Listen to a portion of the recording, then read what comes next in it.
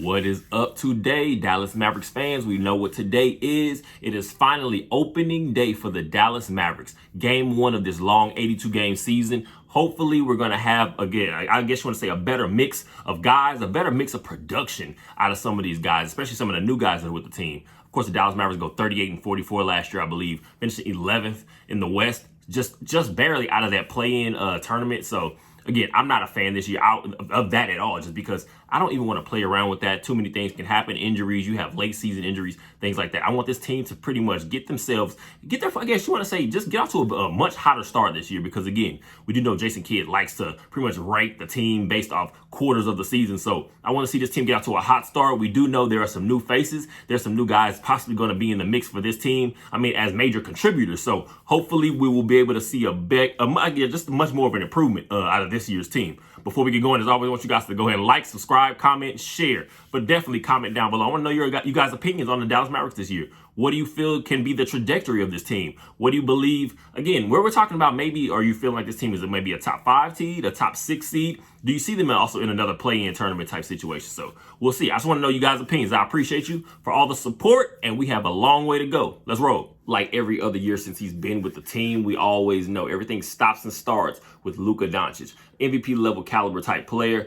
In my personal opinion, top 5 type player in this entire world at the game of basketball. So we do know in 5 seasons, Luka Doncic is 4-time first team All-NBA. So again, we know exactly what he can do. It's about getting the right pieces around him, because people can go through the whole synopsis of what they think our scheme is and what we need to improve on. I feel like we can run a more efficient offense and just have a more efficient team overall this year with some of the guys that were added. Again, even guys that might have smaller roles that are still might be, again, at some point, it's a long season, like I said already. 82-game season. We know there are going to be some guys that are going to be asked to step in at certain points. Could be a guy like Rashawn Holmes, who we got from the Sacramento Kings on draft night. Also, in addition to getting a guy like Olivier Maxence Prosper also in that draft first round trade. So again, you might have a guy like Rashawn Holmes who can find himself maybe getting 10, 15 minutes at certain points of the season. I don't think that'll be consistently, just because we do have some other guys that we're going to get a much better look at, whether especially we're talking about, and also first round pick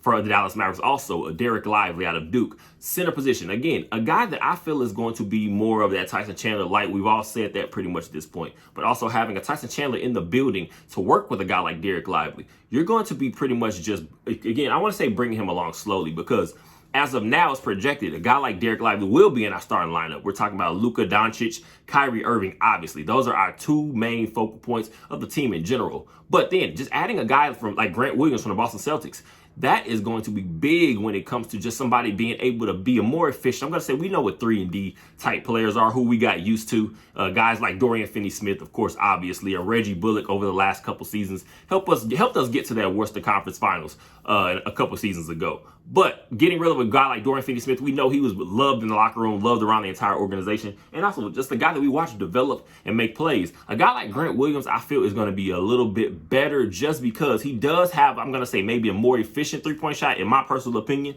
but also he's shown the capability. Although he's not a big, tall guy or anything like that, he's nice, solid size. So we've seen him give guys the 4 position and the 3. I'm going to say more so your slower 3s, because I don't want to see Grant Williams necessarily guarding the 3 on the wing consistently all the time. But if we can see him at certain points being able to body check some of these forward, because we do know in the way that the NBA is now, such spread out, a lot of these big men are not back to the basket anymore, unless you're talking about certain guys. Again, you're talking about maybe your Joel Embiid type skill set, I guess you say, or Nikola Jokic, like say, like these type guys.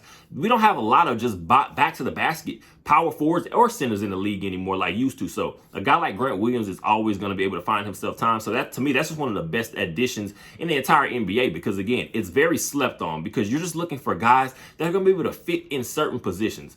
We do know always the biggest issue for the Mavericks over the last few seasons has been rim protection. Again, to me, that was one of the biggest things that hurt us in the Western Conference Finals against the Warriors. Of course, it was rim protection, just second chance opportunities, not grabbing defensive rebounds, getting the first stop, but not retrieving the rebound, which means defense is not over yet. So hopefully Derek Lively, although he's very young, we're going to need guys like Tyson Chandler, again, just being his mentor. And a guy, even this, whatever we can say, let's be clear. I'm not the biggest Dwight Powell fan, But as of right now, I will say Dwight Powell does have certain things in his game. Again, we're talking about maybe even also on the offensive side more. He's a perfect screener for a guy like Luka Doncic. He understands how to roll. He understands when to roll. He understands body positioning. So there are lots of guys that can help just in this organization and on this team in general that can help a guy like Derek Lively improve. And again, hopefully just be one of those positions that can shore up what our biggest weaknesses have been. Kyrie Irving in his brief 20 games with the Dallas Mavericks after the Brooklyn Nets trade, 27 points, I believe 6 assists, 6 rebounds, or somewhere around there. Those are pretty solid numbers. We're talking about a guy we already know his scoring capability, his clutch big game shot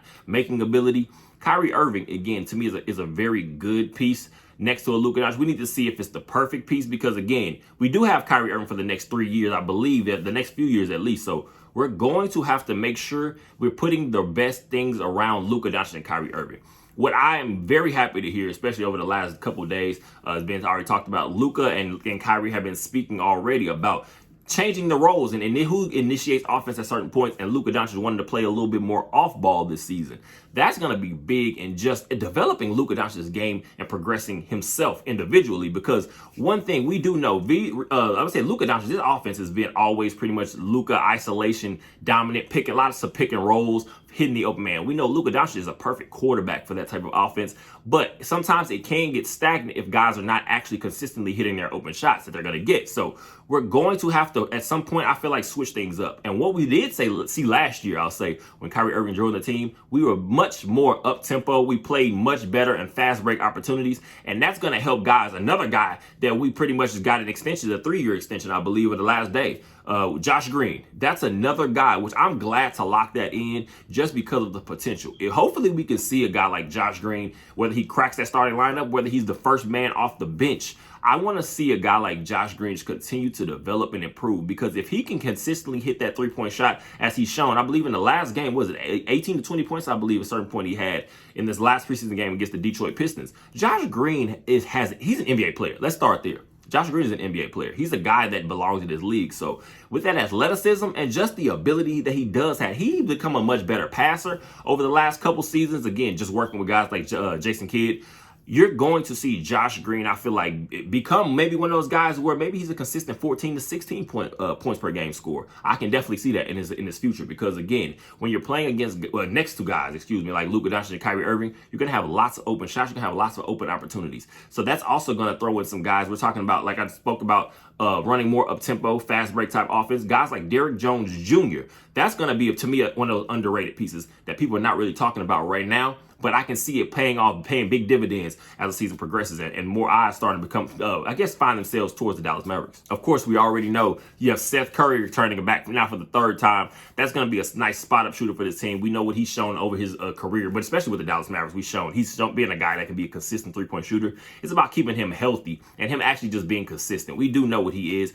Hopefully, this is Jaden Hardy's year. Again, I want to see a guy like that try to put himself in 6th man of the year type territory. I'm not going to say I'm calling for it this season, but again, that would be one of my expectations. A guy just to show that he should be that first man off the bench. Whether, again, it's in conjunction of a guy like Josh Green, who has a very versatile type game. We know what Jaden Hardy is at this point in his career, at least so far in the first few seasons. He's going to be that shot getter. He's going to be your guy you're asking to go in there and get buckets, be that big energy, sometimes give us that splash on certain nights where some other guys might not be able to get it rolling. I feel like a Jaden Hardy could be a guy where we're looking at averaging about 14 points a game this year, maybe somewhere around there, where, again, you're going to be able to say that's a consistent guy that can, we know, especially we're talking about a guy who has such a versatile offensive game like a Jaden Hardy.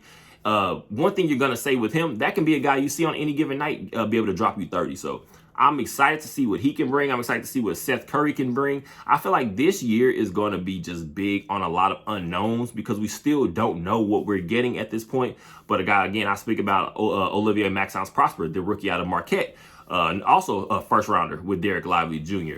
You're going to ask yourself, what can Omax Prosper be? Is he going to be one of those guys that, again, and although he's going to be slow developing and he's going to try to figure out his game, I can possibly see him going down to the G League a few times this season, just because the team might want to be able to get him a little bit more run if he's not finding the playing time earlier on in the season. I can see a guy like Omax Prosper get a little bit of run, get more comfortable just with his offensive game, because I feel like he's one of those guys. He'll be able to give you some defensive presence just on day one, just because he has that potential.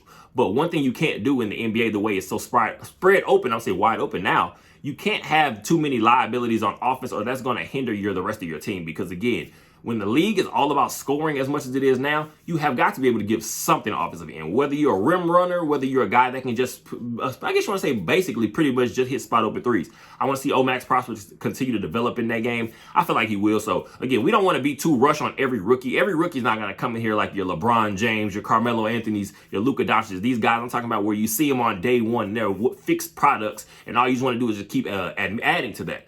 Some of these young guys with a little bit more raw skill sets, you're going to have to let them develop. Also, I guess I'm going to go back with Derek Lively again. I'm not expecting him to be prime Tyson Chandler on day one. I just want to see him show that ability and show himself to get better. So that way we're looking at mid-season and we're now just a team that's well-oiled. Everybody's kind of figured out what their roles are, and we're just rolling at that point. And I feel like if we can just get ourselves in that mix of the upper echelon teams, and I'm talking about top 5, top 6, especially now, but if we can be a top 5, top 6 seed, I feel like that's the perfect springboard season for the Dallas Mavericks with so many young guys. The Dallas Mavericks will be playing the San Antonio Spurs tonight at 8:30 p.m. Central Time. I believe, of course, we already know, goes without saying, Victor Wembanyama, the #1 overall pick, believed to be a generational type player. Victor Wembanyama, believed to be one of the best, probably the best rookie since LeBron James coming into the league, as it's talked about on day one. Those are a lot of expectations. He's shown he is a unicorn. He has the ability to do many things on a court that somebody at 7'3", 7'4" should not be able to do. So if this guy can just stay healthy his entire career, for the most part, we're going to be looking at somebody that potentially can be one of those, again, just freak of nature athletes you're going to be remembering for a long time. But again, it's day one. I'm not expecting Victor Wembanyama to put up a 50-point game or anything tonight. But again, the Dallas Mavericks are going to have to be locked in as a team, not putting everything on a guy like Derek Lively Jr. to lock up a unicorn level type player. Is going to be a team effort. So hopefully we can get off to a hot start. The Dallas Mavericks begin this game, I believe, at 4-point favorites, whatever that means. But again, this is going to be a game just to pretty much see. It's also going to be up in the air if Luka Doncic plays tonight. He is dealing with a calf injury, of course. He's played lots of offseason ball. We already know how that is, playing internationally. That's very important to him for the Slovenian national team. So hopefully we can kind of keep an eye on that, and that's not going to be anything serious that hinders this season or him this season. Because again, even if you're talking about just the player awards, you have to play 65 games. I don't want to see anything pretty much as being detrimental to this team in the long run, and what potentially could be, again, I'm not expecting a championship this year in year one as this thing rolling, but I'm going to say I just want to see this team improve and show that they are a team to be reckoned with. That's the #1 thing. So hopefully keep Luka Doncic healthy, get him healthy, and we'll see exactly how this goes. But the San Antonio Spurs, let's be clear, that's still a Greg Popovich team. So you're going to have to always worry about them on any given night. Young guys, no young guys, whatever it is. So hopefully we can get out to a hot start as the Dallas Mavericks as a franchise, as a team this year, and come out to a 1-0 start. We'll check back in tomorrow. Again, we have a recap pretty much of how the game went, players that stepped up, however it goes. So I appreciate you guys for all the support. Go ahead and like, comment, definitely comment again. So definitely comment down below. I appreciate you guys' opinions. I want to know what your thoughts on this Dallas Mavericks team in general. Hopefully it's a great season for us. And as always, go Mavs.